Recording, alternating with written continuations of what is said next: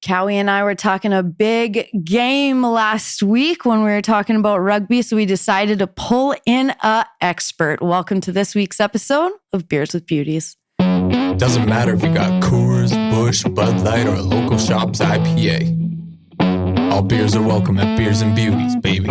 Let's go.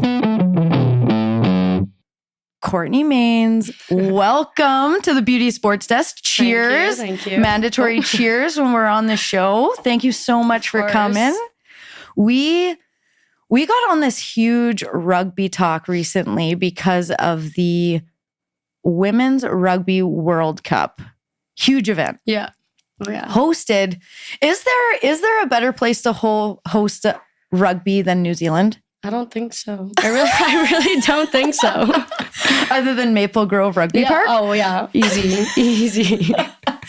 So we have asked Courtney to be here not only because she plays rugby at a very high level with USPORT, but she is also from Winnipeg and played for the Assassins, right? When you were here? Oh, okay, yes, I did. I play like Brumbies, like...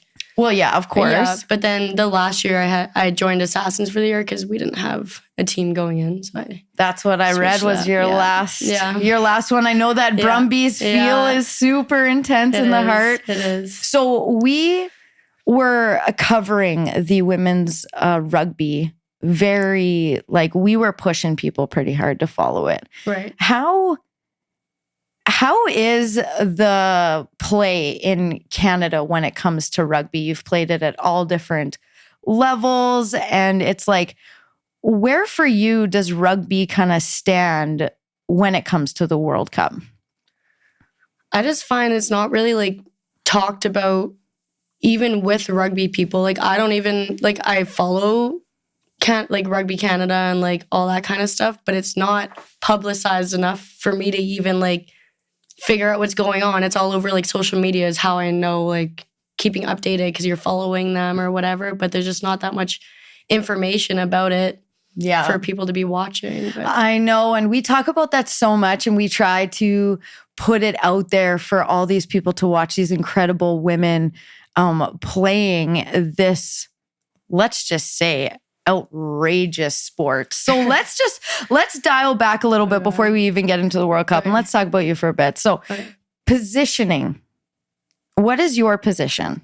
I play wing, but this year it was my first year playing 10. So, but wing is like my main. And I love this conversation because you are essentially going to teach me and all of our listeners about rugby because you mentioned 10, right? Yeah. So one of the coolest parts about rugby is the positions are numbers. Yeah, they're all, numbered. So when you say wing and 10, so wing is generally what? Wing is like 14. Okay. And there's also an 11. So there's like a blindside wing and then the like main wing, I guess.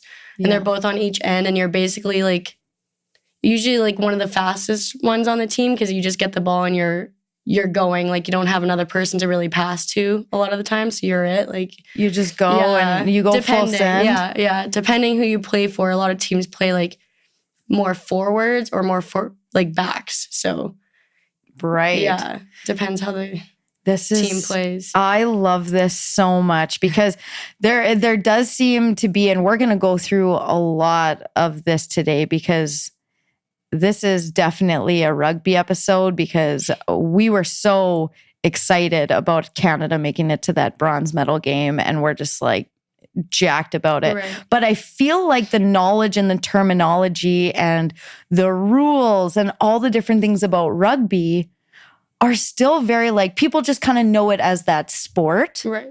That's people hitting people with no equipment on. Basically, every time I tell someone, I'm like, oh, I play rugby. They're like, what? I'm like, isn't there like nothing? I'm like, well, you have a mouth guard. Like, come on. Like, isn't that enough? Yeah, they're like, yeah. What else do you need? So your position in wing is not one of those crazy people that's like slamming in head to head in the scrum. Like, yeah, no, that's all the forwards. Usually like forwards tend to be like bigger people than the backs. The backs are more like usually tend to be smaller, but I also have seen like bigger girls on the wings where they're fast as hell. And I'm like, Jesus, where the hell?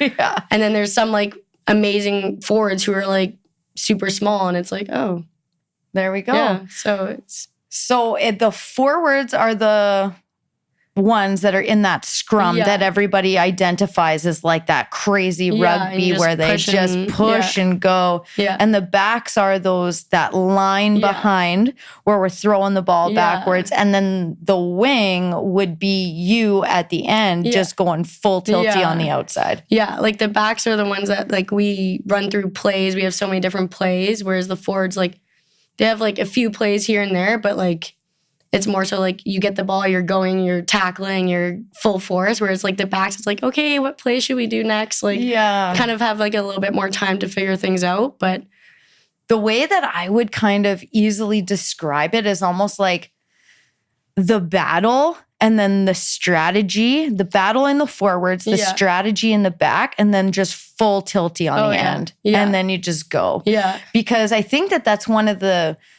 reasons why, because when we look at New Zealand and Australia and all these huge countries that have such prominent rugby teams, like everybody knows the rules. It's kind of like hockey in Canada. You just kind of grow up and you know the rules. Yeah. Where in rugby, I think that a lot of people don't necessarily know the rules, but by simplifying it to be like, there's forwards, backs, and wings, and the ball just moves backwards and you move up the field. Yeah. Honestly, there's so many different rules where I'm still like, don't even know. And there's like, some of the rules have like changed like recently within the past like year or so. So it's like, those are new ones. And I'm like, I don't even know what it is. Like sometimes the ref will like call something and I'm like, what did I do?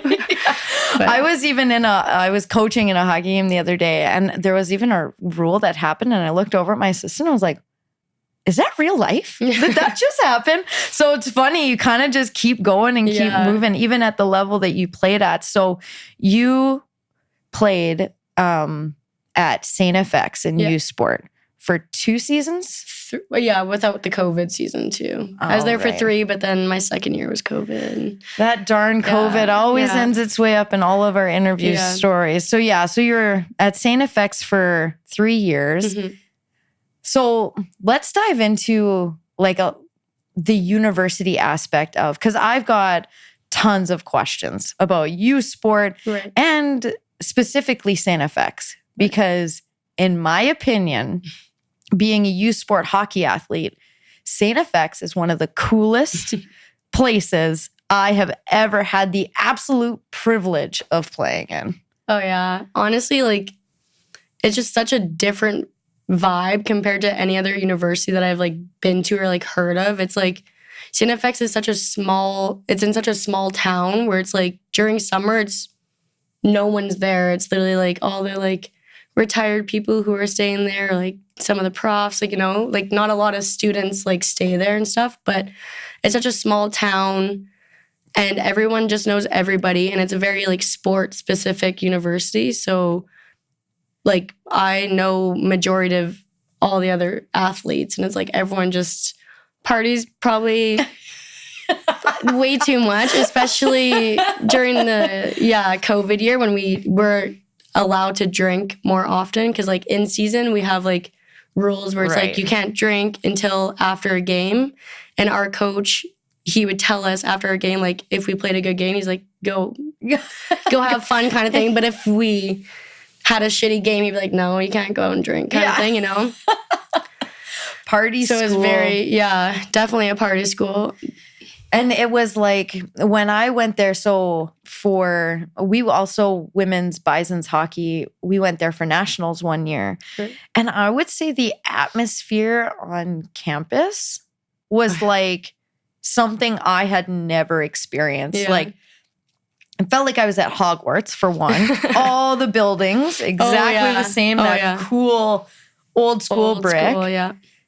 And then like everybody's saying hi, everybody's super happy, typical East Coast. Oh yeah. And like it was like a true campus. Like everything was super enclosed. Everybody supported every event.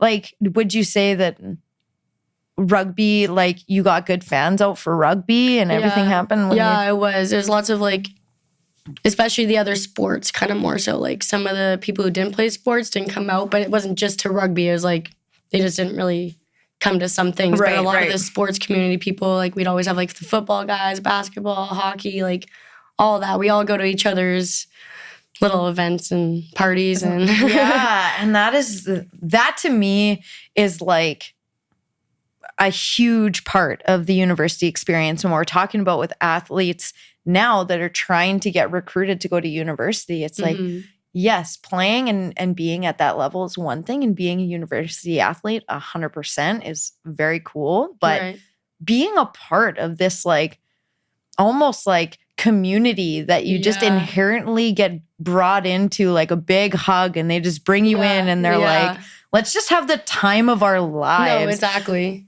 Yeah. I felt like St. FX was like, I had a great experience at U of M, but I felt like when I was on campus at St. FX that would be like 10x. Oh yeah. Yeah. We had a lot of people talking about the rings too. Oh yeah. Yeah, I have it on right now. Yeah. Do you go anywhere without it? No. Well, I work out without it because you don't want to like ruin it. But fair. Yeah. Even like before I went out to school though, I didn't know what it was because like, I don't know, from Winnipeg, and I don't really know what an X-ring is. And then I get there and everyone's like, oh my God, the X-ring, we're all going to get it when we graduate. I'm like, okay, what's this? And it's like, you get it, and like December 3rd is the date that you always get it. And it's like almost bigger than grad. Like they have a parents' night, they have all this stuff going on, and like you just get handed your ring and party after. And like we have this one thing where with our X-ring, whereas once you get it, like you can put it into anybody's drink while we're drinking. And if you put it in and it gets into their cup, they have to chug it. And you literally cannot say no. Like gosh. It's so like my first year out there, I remember like one of our vets, I had like a pitcher in front of me, and she's like looking at me, and I'm like, whatever. And she just drops her X-ring in there. I'm like, you're kidding. Like this is a pitcher. Like this isn't just a freaking Red Solo cup, like halfway filled. So she sat there and made me drink it all because you have to. Like, because that's true vet love. It is. That's true vet love. Yeah. And so for the people that are tuning in that may not know exactly what an X-ring is, it is legitimately St. FX gives out rings with a big X on it, which is their logo, to every single graduating athlete. Yeah. And it is something that is taken, like you were saying, like it is a huge deal. Yeah, like the biggest, like that's what we're known for is like, oh, you have an X-ring then. And I'm like, yeah.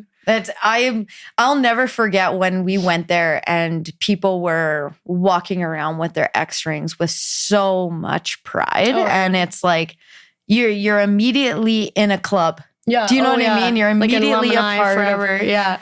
That's crazy. Yeah, it's insane. And people I've heard stories of people who are like, out like in Alberta and stuff, and they're like, yeah, I was like in an interview wearing my X-ring. They saw that I had an X-ring and they hired me like right after seeing it, basically, because they're like, oh, sick, you're like from St. FX, you know, like you got the X-ring, and either they know someone who's had it or like whatever, and it's like, it's a rite of passage. Sick, That's amazing. Yeah. So if I read this correctly, you it would have been last year, I'm pretty sure, went 6-0 with your season? Okay, so that was our first year. My first year out there. So 2019 is 6-0. 2019 was 6-0. And so there's a couple different questions that I want to go off on this because first of all, 6-0 sick. Yeah. Yeah, not bad. Perfect record. 6 games. Yeah. Your season is 6 games. Yeah. What? Yeah. It's pretty fast. So why? I guess would be my next question. Like, why is it because it's so physically demanding, or is it because it's played outside and the weather? Like, what would make it only 6 games? Not even, because our football team, they have 9 games, and it's only because we only have 3 other teams that we play. We play PEI, Acadia, and SMU. So we only have 3 other competitions. So we play them each twice. And so when I look, okay, so which makes complete sense. And then when I go to the standings, so AUS, you never do cross conference? No.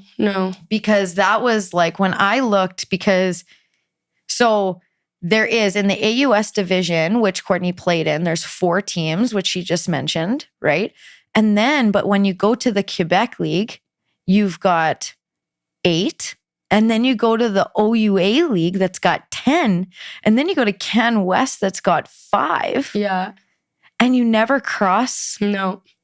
What? Yeah, so you've never played? Well, unless like in nationals, obviously you play. That's like, right. Whatever. But like with ours, like the team has traveled to like a few other places and like just played like random teams kind of things. Like not like an actual AUS team because there's only 4 of us. Like I said, there is one other team, but they're not in the same league, so they don't play. Like, we don't play them. Yeah.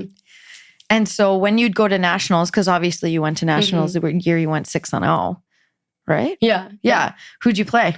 We played Guelph and we ended up losing. But yeah, our team, like we've won 6 national championships within, we won 2008, 2010, 2012, 2014, 16, and 18. So we'd win every like even year. Yeah. And then we've honestly kind of gone a little bit like downhill a bit. Like, so 2019 we won 6-0 and then COVID happened. So we didn't play anything. And then my last year there, we actually lost 3 games out of the 6, which rarely happens with St. FX rugby. Like we're usually like top, like don't lose kind of thing. So like the first game we ever lost, our coach was like, what? Like I don't know what to do. Like I haven't, I don't know what this feels What's like. this L that keeps showing up? Like we didn't understand what was going on. And it was honestly one of the craziest seasons because Acadia, we usually, because there's 2 teams in the AUS that go to nationals and it's usually us and Acadia. Yeah. So we lost against Acadia both times that we played them, but then we both ended up like in the finals within AUS and we ended up beating them in AUS. So we still won our AUS champs, which I don't know the last time that we lost AUS champs. Like it's been like a long time. So like we still came back and won AUS and that was a pretty big experience. And well, for sure. Like, and going from a 6-0 to a 3-3 season, like I would totally see how a coach would be sitting there being like, what's going on here? Yeah. Do you see there being any opportunity for expansion within AUS? Like in that division, like, is there any other places that you played that you're like, oh, they should really have a team? Because I always thought in hockey that Brandon should have, like, Brandon University should definitely have a university program. Like, there's definitely a few places, like, because even, like, with soccer-wise, they play, like, Cape Breton. So, like, where's Cape Breton with rugby? Do they just not have enough people? Or, like, New Brunswick? Like, there's a few places where I'm just like, I don't know if they just don't have girls going to there. Like nothing started up for them with rugby or anything, but like, not really. Not really sure. Because I always think that too. Like I'm always thinking, how do we get more girls in sports at a high level? So I'm like always trying to talk expansion to see how you can make it bigger, right? And the one thing too that I think is an incredible fact is that you had at St. FX specifically 51 girls rostered. Oh God, yeah. Like 51 human beings. That's over half of 100. Yeah. 51 human beings were registered on St. FX rugby. And so like our first year, there's only 40 spots in our locker room. So the first year, only 40 girls made it. But then our second year with COVID, the coach was kind of like, well, what's the point of cutting 20 girls off the team when there's this many people trying out? I'm just going to keep it going, like whatever, it's COVID. But then the next year after that, he was still kind of like, well, I don't want to cut this person. Like, I don't want to, like, there were so many of us that he's like, you're worthy of being on the team and stuff. And like, I don't want to cut you. So we had to like the rookies had to buddy up on their lockers because we only had 40 spots. What? Yeah. And our No. lockers were like brand new. Like my first year there was like when they just redid the whole facility with like football locker room. Like all the locker rooms were just redone. And right before that, they were telling me how like it was basically like a shack that they'd be getting ready in before they go out to play. Come on. And then we're there with like a luxury like locker room, like athletic therapy room, like so all that sick. stuff, but yeah. That's crazy. So I think even the number 40 would be shocking to people. Yeah. I think like 40 people because okay, you got 4 teams in the AUS, but when we talk about like those 10 teams and like there's a minimum of 40 women rostered on each one of those teams playing USports rugby. Yeah. Like I think that would blow people's minds. Oh yeah. It is a huge women's sport, like men's too. But I mean like then again, there's like for our school we have rec men, like recreational rugby for men, but we're like a varsity sport team for the women rugby. And I think that is like wild because most sports, like from what I know from this situation, because what Courtney is referencing is that there is no men playing USport rugby. Mm-hmm. And the only other time I've seen that is there's no men's soccer team at U of M, which I find weird because soccer is huge here. Right. So I'm like, with soccer being such a huge sport, I don't know why. Is it just because men generally will go like overseas and play rugby? Like, where do the guys go? Yeah, I honestly don't even know. Like, I know a few guys that go and play out like in Victoria, but I don't even know who they play against or anything because it's not a youth sport. Like, it's not. It's just rec. It's just like a rec like play. I think like you can either be going to the school or like not going to the school. Like, I don't think you have to be going to school to play it. That's crazy. Yeah. So the fact that not only is rugby arguably one of the most intense, physically demanding sports, women's only in Canada, in USport, right? Yeah. There's a minimum of 40 rostered on each one of those teams. Yeah. There's thousands of women playing rugby in this country. So it is insane, yeah. So when we talk about connecting, the USport level of rugby to Rugby Canada, how does that process go for the selection of that team? Like, do you get recruited from, the Brumby Assassin thing, and then you go to USport and then Rugby Canada, or where do you identify players? Honestly, Manitoba is probably one of the like worst provinces within rugby, like recruiting wise and stuff like that. Like, we just don't have a lot of like women's rugby stuff. Like, we have no U of M legit varsity rugby team. It's like it's a rec league. Like, there's been so many times where they try to start it, but there's just not enough women coming out to do it. And the only reason I like went somewhere for it is because like every time I'd play games, like other coaches from other teams would come up to me being like, you need to like go somewhere else with this. Like, you're good at rugby and like Manitoba just doesn't have what you need.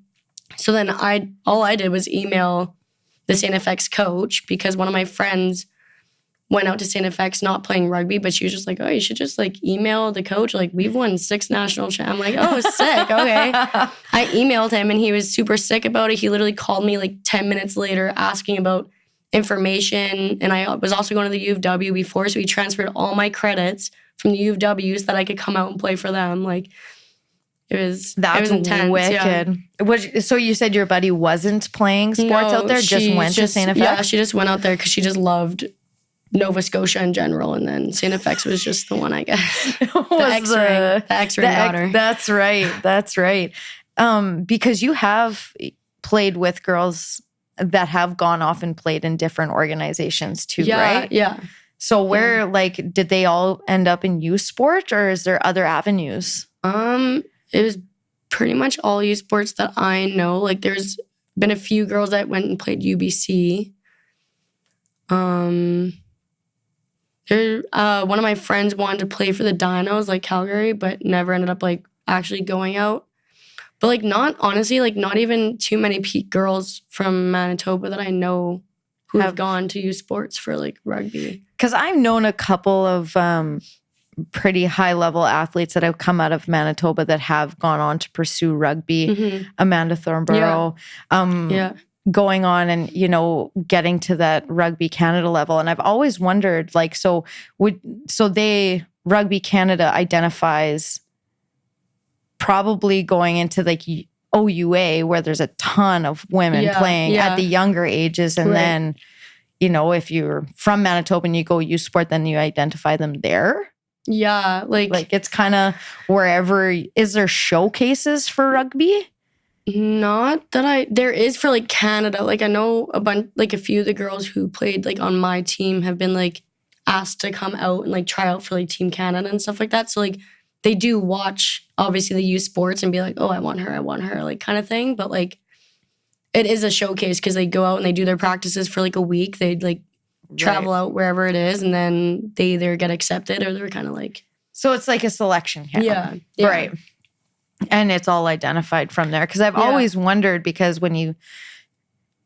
every sport is so different in how they identify players. Like within Hockey Canada, like some girls are identified before they're even out of high school. Right. Yeah. Right. Yeah. And so I was wondering the same thing with rugby. Is it that intense when you start to put the numbers together of how many women are actually playing this sport in this country? Like you'd have to identify them pretty early. Yeah, you do.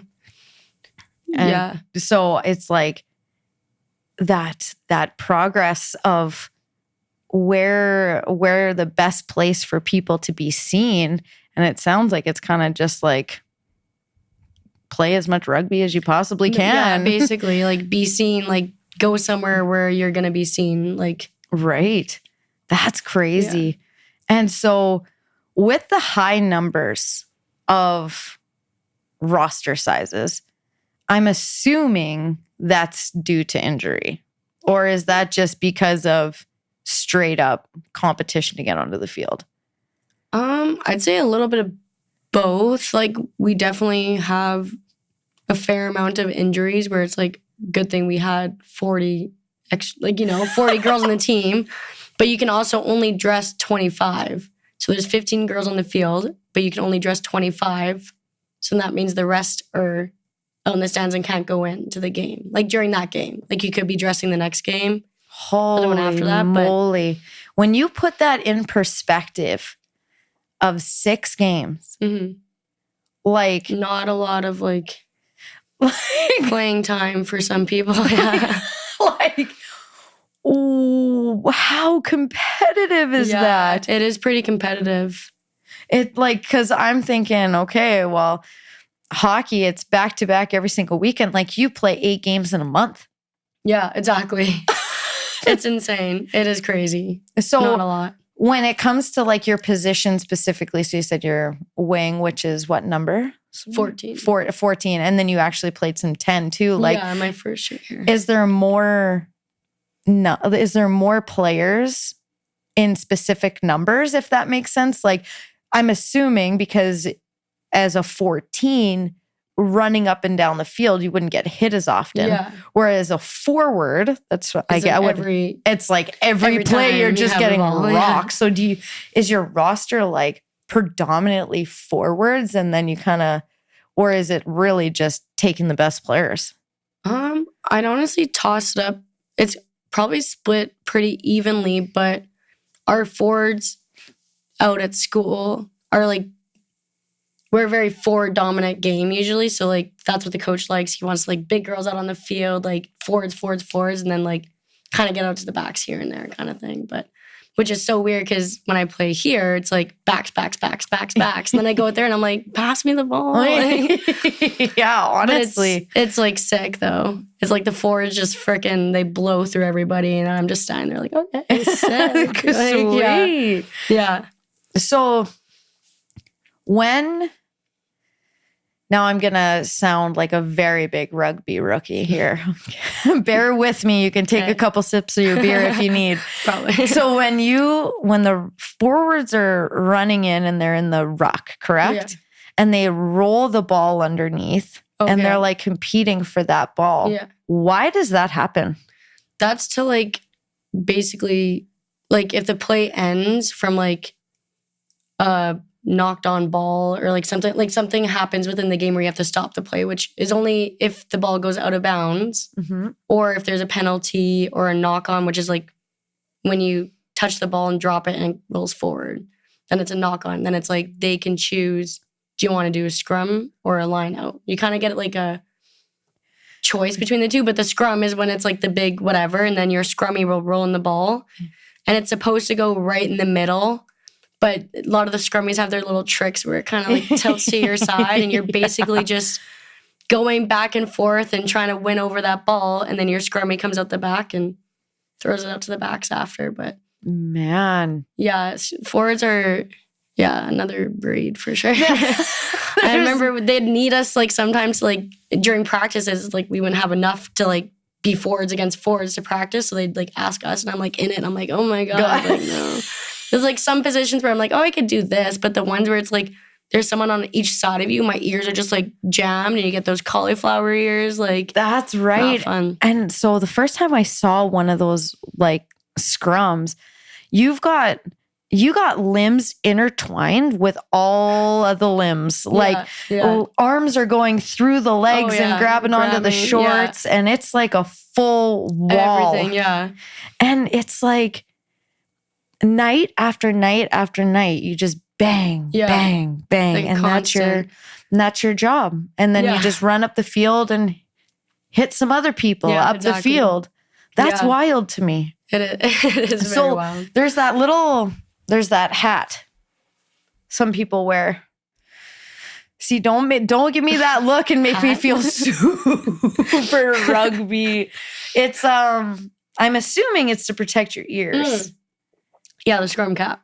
Scrum cap. Yeah, it does protect your ears, but other players wear it. I wouldn't say it prevents concussions like at all, but like I think some people might think it does. So like some people wear it when they don't really need to within their position. Right. But like majority of the time, people wearing a scrum cap are like right in there with their ears. Just to protect them a bit more. That's crazy, because there's two other things I want to ask you about when it comes to the specific play of rugby, because these are the big ones that I think a lot of people see and they find interesting, but they don't know what's going on. But the scrum is definitely one. Why we wear the hat is another one. I shouldn't call it a hat. All the rugby people are going to be like banging on the door being like, don't you dare. But the other one where they launch the human in the air. Yeah, that's the line out. So that's like if the ball ever goes out of bounds, then they do the line out. Oh, that's every time it goes out of bounds? Every time it goes out of bounds, there's a line out. So it's like they have their team lined up and ours is lined up, and it's like a certain amount away from like the end line. I think it's 5 meters out. And then your team has its own little calls and you can like go a little bit forward or back and lift the girl so the other team's not sure where you're going. But once again, the ball has to go straight through the middle. So it's like the other team can also be like getting it, but they don't know where you're going, if you're going to go forward to catch the ball or back to get the ball. Like, right. So you kind of have to watch the other team on where they're going, but that's every kick as well. Like if the ball goes out, then it's... I find that rugby, people generalize it as this very rough and aggressive game. Like, let's get real, it is. Yeah. But it's also incredibly strategic. It is, like, with all the different little movement, the ball movements that it needs to have, the way that you have to pass it backwards in a certain way, like the line outs like you're talking about. And then this is my favorite, where you kick it forward to advance the ball and you chase it down. That's my favorite. Oh, that's I love doing that. Yeah, that one's fun. That one's fun. So what's that called though? So there's a bunch of different types of kicks. Like one of the main ones is a grubber. So that's like where you kick it and it's like hitting the ground as you're making contact with it. And that's what makes it like spin, and it gets a spin on it. And if you get the perfect grubber, it'll spin a few times and then bounce up right into your hands as you're chasing it. That happens like maybe like 2 out of 10. Like, not that often unless you're like really good at it. I know like one of the girls that played on my team, like she was amazing at grubbers, like can do it when she's sprinting, like super good at them, and it just bounce right into your hands and you get it and you're gone kind of thing. But then you can also get the grubbers that don't bounce right into your arms and it bounces behind you. And then now you got to run backwards to get it. Like, So I'm hearing that correctly. Grubbers? yeah, grubber. No Grubber. way. Yeah. That one's hard. That one's a hard one to do. And then we also have a chip, which is like, if the other team's like running towards you and I have the ball, I'm going to just give it a little tap to make it over their team. And then I'm going to go under and grab it and just go. I find that could be just such a deadly weapon. Like if you're like, if you're a good kicker and you're fast enough to get under that before they can get there, then you can be like gone. Yeah. it's like, it's pretty sick. There's been a couple times I've been at Maple Grove and I've seen it happen and I'm like, that's my cool, favorite. yeah. It's a super athletic play. Yeah, that is one of my favorites. Like when usually it is usually the 10 who kicks it. So that's why I played like this year, but they usually kick it like out to like the wing. So that was like my favorite when I'd be like, kick it. And they'd like kick it. I'd just be like sprinting down the field. And the only rule is that you have to be onside. So like onside would be, you have to be behind the person who kicked it. So you can't be ahead of them. Otherwise you're offside. So you just have to make sure you're behind the ball. You have to be behind the person Not that behind kicks the person, just like within the line, like the whole field of the line. You have to be like behind the ball, just like with like when a kickoff goes, like to start the game. Wow. You have to be like behind the person who's kicking it.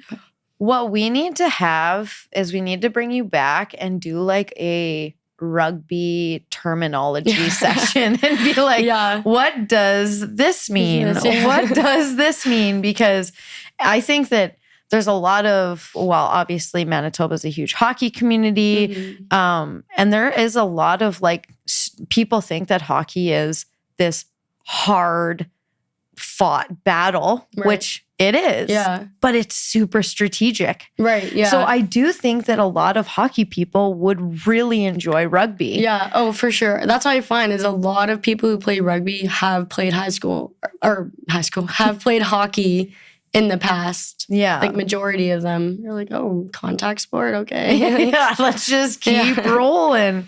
Yeah. So when we move now into the World Cup, which like when I started doing research into this, it was kind of mind blowing when you're a sports fan and then you look at like all the small little details of it, because the World Cup runs for over a month in rugby because it only plays on weekends because of the intensity. So it was October 8th to November 12th.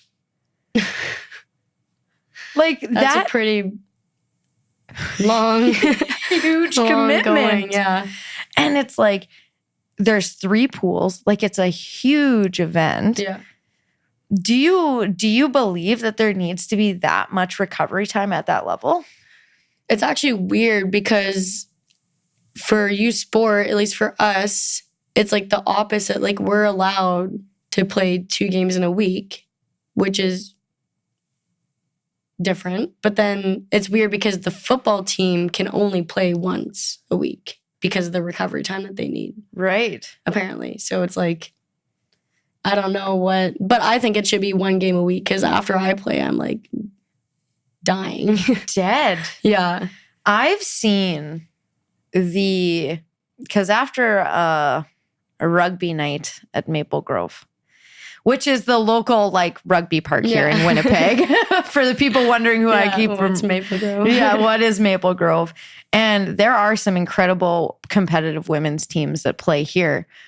Oh, yeah. The bruises that you guys come into the clubhouse with. I'm like all like super chill in the clubhouse, watching from a distance. Yeah. I'm not getting in there.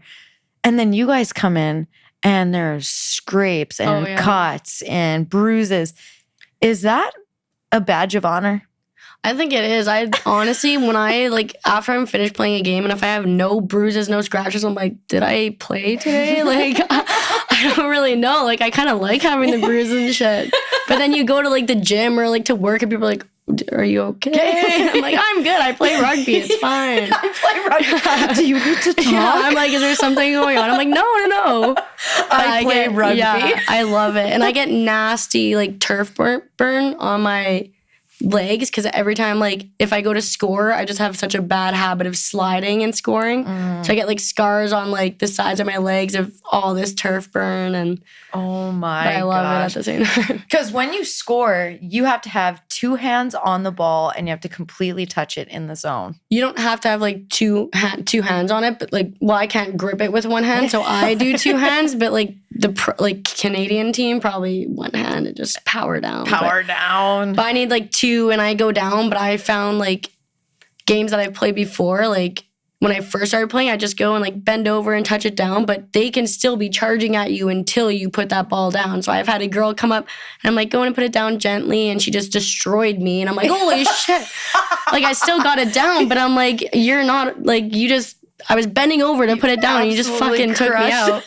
So that's why all the time I always slide, because I'm like, well, you can't tackle me when I'm sliding into it. Like, you might step on me, but I'd rather you step on me than to dummy me to the ground. Like, so that's why I always slide, and then I get the turf burn, and everyone's like, well, just don't slide. I'm like, well, it's such a bad habit, I know, but I'd rather do that. I want the try. Yeah, I want like, the try. Yeah. And then another really fun fact that I enjoyed about it is the kick is dependent on where you touch the ball down. Yeah. So if the more you run towards the goalpost, correct? Yeah.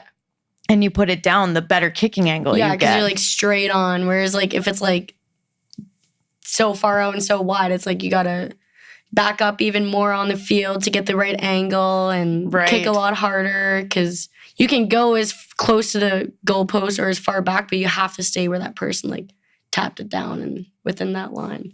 I love it. I think that sliding would just be super fun. It is fun. I do like it until I like get up and you keep re-sliding on it and it keeps reopening. Then I'm like, okay. This isn't as fun. Little T.O. You need that full week to recover. Like, exactly. Because when I was looking, we were watching it like super intensely, right? And because everybody's always wanting to watch Canada, USA. Oh, yeah. Doesn't matter the sport. Doesn't matter the sport. Everybody wants to watch Canada, USA, which Canada won. Let's go. But it's like they play on October, what did it start on the 8th? And then it goes Saturday, Sunday.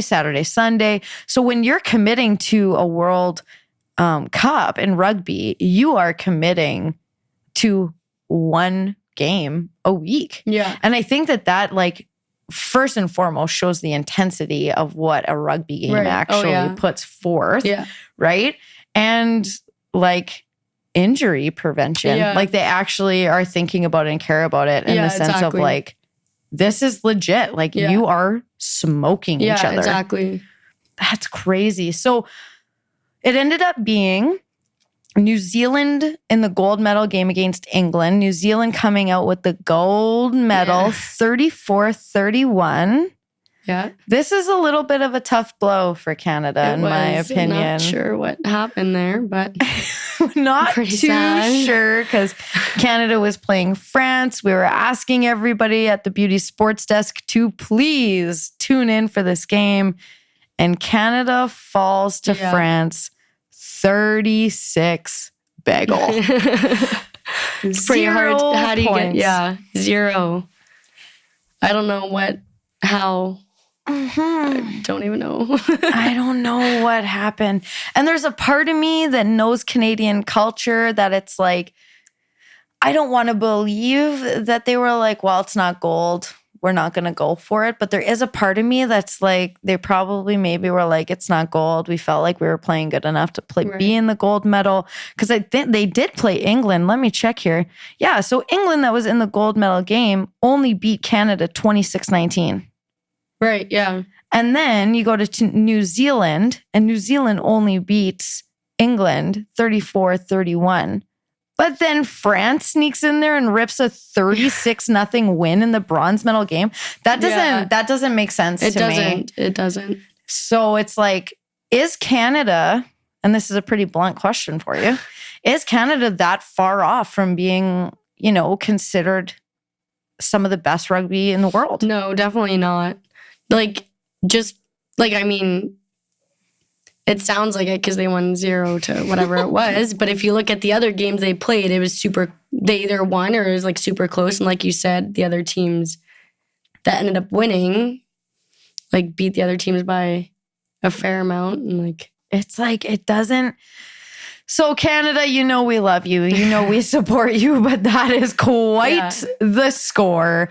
And we know that you were on an absolute tear. That's why we were like, hey, you rip against USA 30-11. Okay. Yeah. Only lose to England, you know.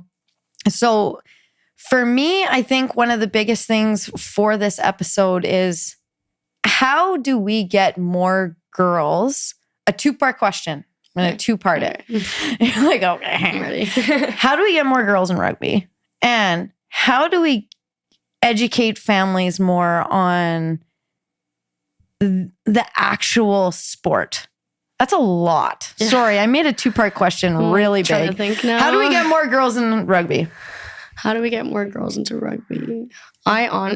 Especially like this generation, like lots of social media and putting it out there about like rugby this, rugby that. Like even when I was in high school, no idea what the hell rugby was until one of my gym teachers was like, oh, go play. And I'm like, okay, whatever.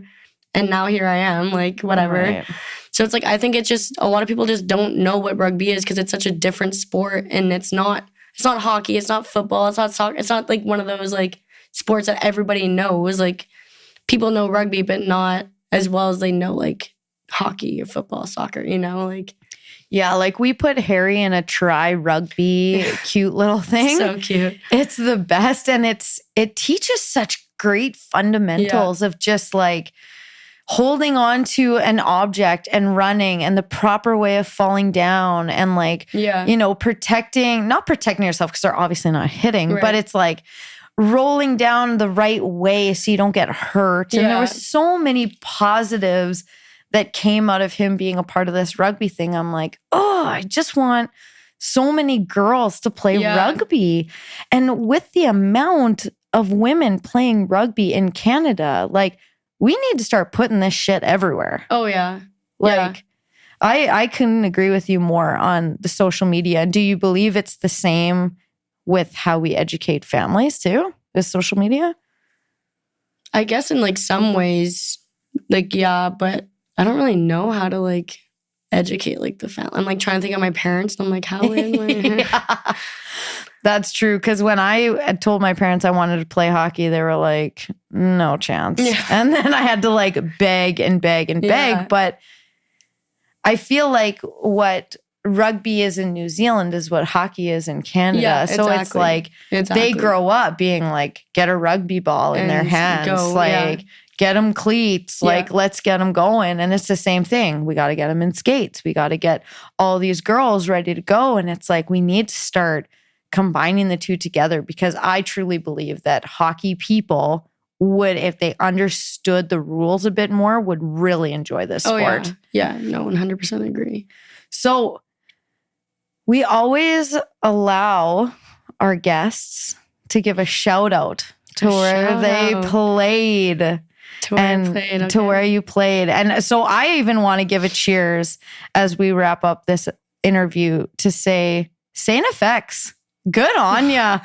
You took mine. Well, I was going to say St. FX because I know that you're going to say to the ring. But for me as a fan, crushed. Yeah, definitely shout out to them for sure. Show the ring. Go. Show the ring. Let's go, baby. X, Watch your drinks.